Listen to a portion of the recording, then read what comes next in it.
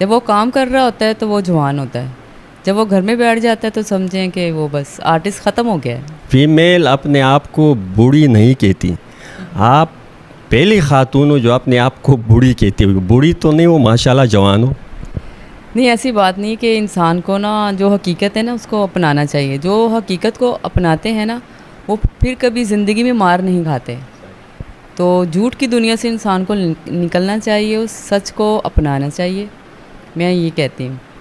तो 10-12 बच्चे जवान हो गए तो इंसान को माननी चाहिए ये बात कि हम बुढ़ापे की तरफ आ रहे हैं, तो बस।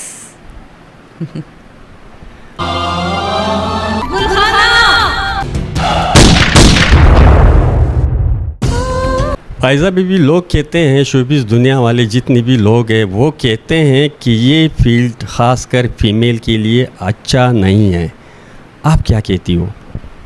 नहीं, ये गलत बात है। मैंने अभी बताया ये फील्ड गलत नहीं है, हम खुद गलत हैं। जब हम खुद अच्छे होंगे ना तो सब अच्छा है। अब ये देखिए, कोई डॉक्टर है, कोई अगर फैक्ट्री में जॉब कर रहा है, कोई बाहर, औरत के लिए तो सब जो भी काम करेगी वो उसके लिए गलत ही है। उसको खुद को अपने आप को मनाना है। खुद वो जब औरत बाहर निकलती है तो वो ना औरत नहीं रहती, मर्द बन चुकी होती है। तो ये औरत के ऊपर होता है कि वो उसने किस तरह चलना है, किस तरह हालात का मुकाबला करना है। तो अगर वो मर्द बन के चलेगी तो सब अच्छा है, मेरा तो कहना ये है।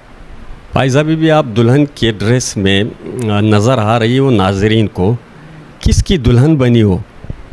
अभी हम ना पश्तो ड्रामा करने जा रहे हैं तो उसकी शूट पर ही थी मैं। तो मेरा सीन एक तो वाइफ का सीन था, तो इस वजह से मैं ये इतनी तैयार होकर बैठी हूँ। 15 सालों में कोई ऐसा वाक़या या कोई ऐसा ड्रामा या कोई ऐसी सीन जिसको परफॉर्म करने के बाद आपको हद से ज़्यादा खुशी महसूस हुई हो? जब आपको पता है कि इंसान काम करता है ना तो उसकी तारीफ़ होती है कि इस इंसान ने अच्छा काम किया है, तो आर्टिस्ट को तो वही खुशी होती है। और एक सीन था, वो कभी कभी मैं सोचती हूँ, मुझे बहुत हंसी आती है। आपको पता है कि जब इंसान गेटअप करता है तो कुछ और होता है, गेटअप के बाद कुछ और होता है। एक दफ़ा मैं ऐसे ही शूट पर जा रही थी तो मेकअप नहीं किया हुआ था, सिंपल थी मैं। तो जिन्होंने मुझे बुलाया तो वो मुझे कहने लगे कि हमारे कोई डायरेक्टर थे, उनको कहने लगे कि आपने किसको बुला लिए, ये तो मुझे कहीं से भी आर्टिस्ट नहीं लग रही है। तो उन्होंने बोला कि आप ज़रा थोड़ा रुकें, ये गेटअप करके आएगी ना तो फिर आप इसको पहचान नहीं पाएंगे। तो वो बंदा ना मैं देखूँ और मुझे हंसी आई उस पर। ये काम करना एक ड्रामे है, ड्रामे में काम करने से मेरे साथ कुछ शादी करने थोड़ी जा रहा है कि जो इतना वो हो गया है परेशान। तो फिर मैं गेटअप करके आई, मैं तैयार होके आई तो वो बड़ा खुश हुआ ना। फिर हमने ड्रामा किया, ड्रामे में भी सीन अच्छे हुए तो फिर भी बड़ा खुश हुआ। तो उसने बोला, मुझे देख के फिर बोला कि मुझे बड़ी ख्वाहिश थी कि मैं इस लड़की के साथ काम करूँ ना। तो जब ये मेकअप के बगैर आई तो मेरा दिल टूट गया था। तो इसने गेटअप किया और हमने ड्रामे में काम किया तो मुझे दिल ही खुशी हुई ना। तो वो सीन मुझे याद है अभी तक, कभी कभी मुझे याद आता तो मैं अकेली भी हूँ ना, मैं हंसती हूँ इस बात पर कि देखें कि ऐसा भी होता है।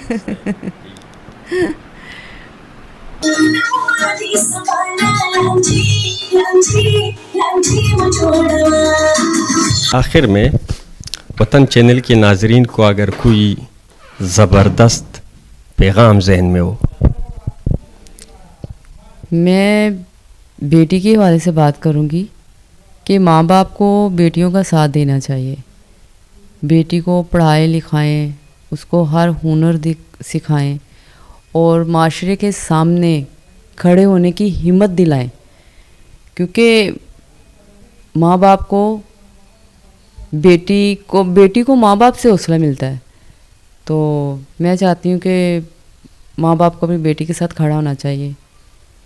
बेटी ने नस्ल को लेके चलना होता है, तो अगर बेटी का हम साथ देंगे तो हमारी नस्लें भी आगे अच्छे काम करेंगी, अच्छी तरबियत लेंगी और बेटी को मैं कहती हूँ अच्छी तरबियत दें और उसका साथ दें, उसको पढ़ाएं लिखाएं, उसको हर हुनर सिखाएं कि वो जब अपने घर जाए ना तो उसको कोई चीज़ की कमी ना हो।